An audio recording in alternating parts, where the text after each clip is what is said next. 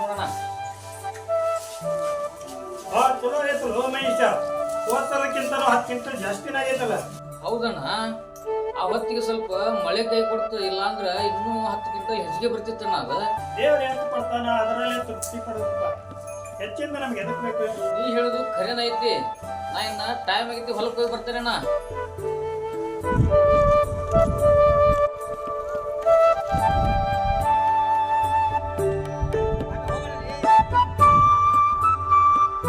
ಓ ಅಣ್ಣಾರ, ಓರಿ ಬರ್ರಿ ಊಟದ ಹೊತ್ತಾತ, ಉಣ್ಣನ್ ಬರ್ರಿ. ಬಂದ್ರು ನಮ್ಮ ಹೋಟೆಲ್.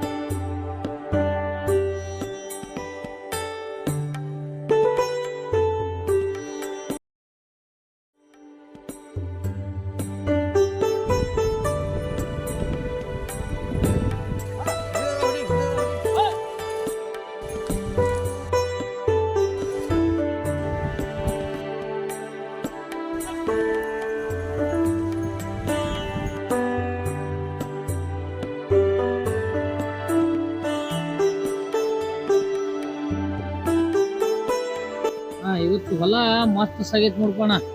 4 ಎಕರೆ ಹೊಲ ಹೊಡ್ಕೊಂಡ್ ಬಂದ ಪೂರ್ತಿ ಇವತ್ತು. ಎತ್ಗಳು ಹಂಗ ಸಾತ್ ಕೊಟ್ಟು ಅಣ್ಣ, ಎತ್ಗಳು ಬಾ ತಂದ ಅಡ್ಡಾಡಿದ್ವು ಅಂದ್ರ ಹೊಲ ಹೊಡಿದು ಮುಗಿತಿವತ್ತ. ಬಸವಣ್ಣ ಸಾತ್ ಕೊಟ್ರನ ರೈತರೇನ್ ಬಾಳೆವ. ತಮ್ಗೌಡ್ರ, ಇನ್ನೊಂದು ವಿಷಯ ಊರಾಗ ಹೊಲಸ್ ನಾಡಾಗತ್ತೈತಿ. ಏನು ನಮ್ ಭೀಮನ್ ಹೆಂಡತಿನ ನಾವ್ 3 ಮಂದಿ ಸೇರಿ ಓಡ್ಸೇವಂತ. ಊರಾಗ ಜನ ಎಲ್ಲ ಮಾತಾಡಕ್ ಹೋಗ್ತಾರ. ಊರಂದ ಮೇಲೆ ಜನ ಹಂಗೂ ಮಾತಾಡ್ತಾರ, ಹಿಂಗೂ ಮಾತಾಡ್ತಾರ. ಇದಕ್ಕೆಲ್ಲ ಯಾಕೆ ತಲೆ ಕೆಡಿಸ್ಕೊಂತ ಬಿಡು ಅಣ್ಣ, ಹೋಲಿ.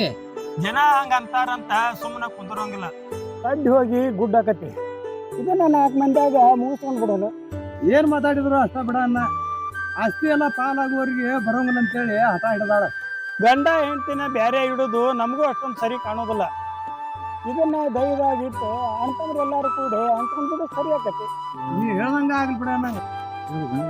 ಹೇಳ್ದಂಗ ಆಗ್ತೀವಣ್ಣ ಹಂಗಾರ. ಹಲೋ, ಈಗ ನಾವು ಈಗ ಇಲ್ಲಿ ಅದ್ರ ಸಲುವಾಗಿ ಇಲ್ಲಿ ಕುಡಿಯಪ್ಪ ಅಂತಂದ್ರೆ ಒಂದು ನ್ಯಾಯ ಬಂದೈತಿ. ಆ ನ್ಯಾಯ ಬಗೆಹರಿಸೋ ಸಲುವಾಗಿ ಇಲ್ಲಿ ಕುಡಿ. ಅಂದ್ರೆ ಯಾರ್ದ್ರಿ ಇದು ಜಗಳ? ಈ ನಮ್ಮ ಊರಾಗ ಸೋಮಣ್ಣವ್ರ ಅಂತ ಅವ್ರ ಮನೆ. ಇದು ಎದ್ರ ಸಂಬಂಧ ಬಂದೈತಿರಿ? ಈಗ ನಮ್ಮ ಗ್ರಾಮದೊಳಗ ಸೋಮಣ್ಣವ್ರದ ಒಂದು ಮನೆ ನ್ಯಾಯ ಬಂದೈತಿ ಅಂತ. ಅದರ ಸಲುವಾಗಿ ನಾವು ಈಗ ಹಿರಿಯರೆಲ್ಲ ತಗೊಂಡು ಬಗೆಹರಿಸೋಣ ಅಂತ ಕುಡಿ. ಹೌದು, ಬರ್ರಿ ಬರ್ರಿ. ನಿಮ್ದು ನಮಸ್ಕಾರ. ನಮಸ್ಕಾರ ನಮಸ್ಕಾರ. ಬರ್ರಿ ಬರ್ರಿ ಬರ್ರಿ. ನೋಡ್ರಿ, ನಮ್ದು ಇರೋದು 9 ಎಕರೆ. ನಾವು 3 ಮಂದಿ ಅಣ್ಣ ತಮ್ರ. ಯಾವಾಗಿದ್ರು ಬೇರೆ ಆಗುದ.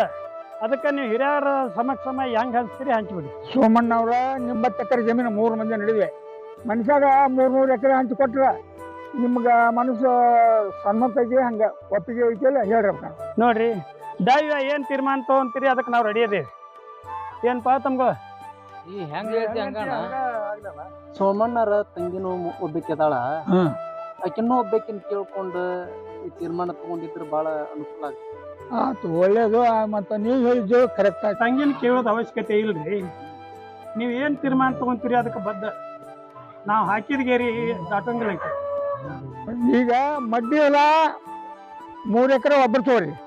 ನೀಲಪ್ಪನ ಕೆರಿ ಅಂತೇಳಿ 3 ಎಕರೆ ಒಬ್ರು ತಗೋರಿ.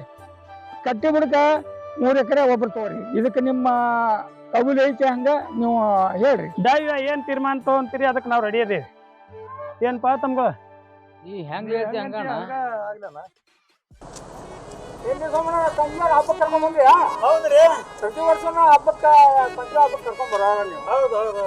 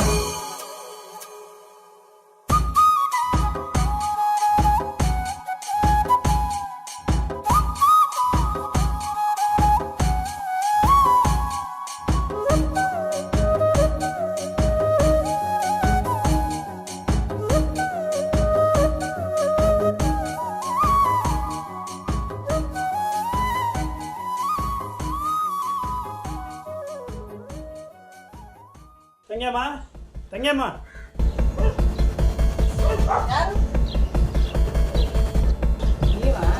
ತಂಗಿ ಹೆಂಗಿದ್ದೀಯಮ್ಮ? ನಾವೇನ್ ಬಿಡು ಆರಾಮದೀವಿ. ನೀವೇನಿಷ್ಟು ದೂರ ಬರಕ್ ಹೋಗಿದ್ರಿ?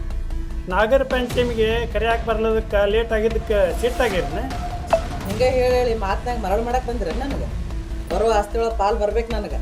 ಆಮೇಲೆ ಮುಂದೆ ವಿಚಾರ ಮಾಡೋಣ, ಹಬ್ಬ ಗಿಬ್ಬ ಆಮೇಲೆ ನೋಡೋಣ. ಏನು ತಂಗಿ ಹಿಂಗೆ ಹೇಳ್ತಿದ್ದಿ? ನಾಗರ ಪಂಚಮಿ ಹಬ್ಬಕ್ಕೆ ತಂಗಿ ಬರ್ದಿದ್ರೆ ಕಳೆ ಇರ್ತದೇನೆ? ಕಳ ಇರ್ತಿತ್ತೋ ಬಿಡ್ತಿತ್ತೋ ಗೊತ್ತಿಲ್ಲ. ಮೊನ್ನೆ ಆಸ್ತಿ ಹಂಚ್ಕೊಂಡ್ರಲ್ಲ ಅಷ್ಟು ಸೇರಿ ಈ ತಂಗಿ ಸ್ವಲ್ಪ ನೆನಪಾತ ನಿಮ್ಗೆ? ಅದೇನು ಗೊತ್ತಿಲ್ಲ. ಊರಾಗ ಹಿರಿಯರು ಸೇರಿಸ ಮುಂದೆ ನೋಡೋಣ. ತಂಗ್ಯವ ತಂಗ್ಯವ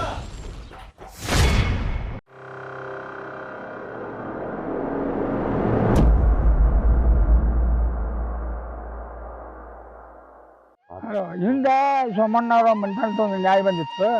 ನ್ಯಾಯ ಬಗೆಹರಿಸಿದ್ವಿ. ಮನುಷ್ಯಾಗ 300 9 ಎಕರೆ ಇದರೊಳಗೆ 300 ಎಕರೆ ಕೊಟ್ಟಿದ್ವಿ. ಈಗ ಅದರೊಳಗೆ ಮುಂದೆ ತಂಗಿಯವರು ಹಬ್ಬ ಕರ್ಕೊಂಡಾಗ ನ್ಯಾಯ ಮಾಡಿದ್ರು. ಅವರಿಗೆ ಇದೇ ಬೇಕಂತ ಅದ್ರ ಬಗ್ಗೆ ನೀವು ಸ್ವಲ್ಪ ತೀರ್ಮಾನ ಎಲ್ಲ ತೀರ್ಮಾನ ಮಾಡಬೇಕು. ನೀವು ಹೇಳ್ದಂಗೆ ಆಗುತ್ತೆ ಆತ ನೀವು ಹೇಳ್ದಂಗೆ ಆಗಲಿಕ್ಕ. ಯಾವಾಗ ಹೋದ್ರು ಸತ್ರು ಬಿಡದಲ್ಲ. ಹಾಂ ಮತ್ತೆ ನಾವು ವಾಳ ಕಸ್ಬರಿಗೆ ಹೊಡೆದಾಡಿದ್ರೆ ಅಂತ ಅಡ್ಕಂಬ್ರ ಬಿಡುದಲ್ಲ. ರೋಡ್ ಬಗ್ಗೆ ಕಾನೂನು ಪ್ರಕಾರ ಹೆಣ್ಮಕ್ಳು ಬೇಕಂತಂದ್ರೆ ಅವ್ರಿಗೆ ವಿಷಯ ಕೊಡಬೇಕಾಗತ್ತೆ.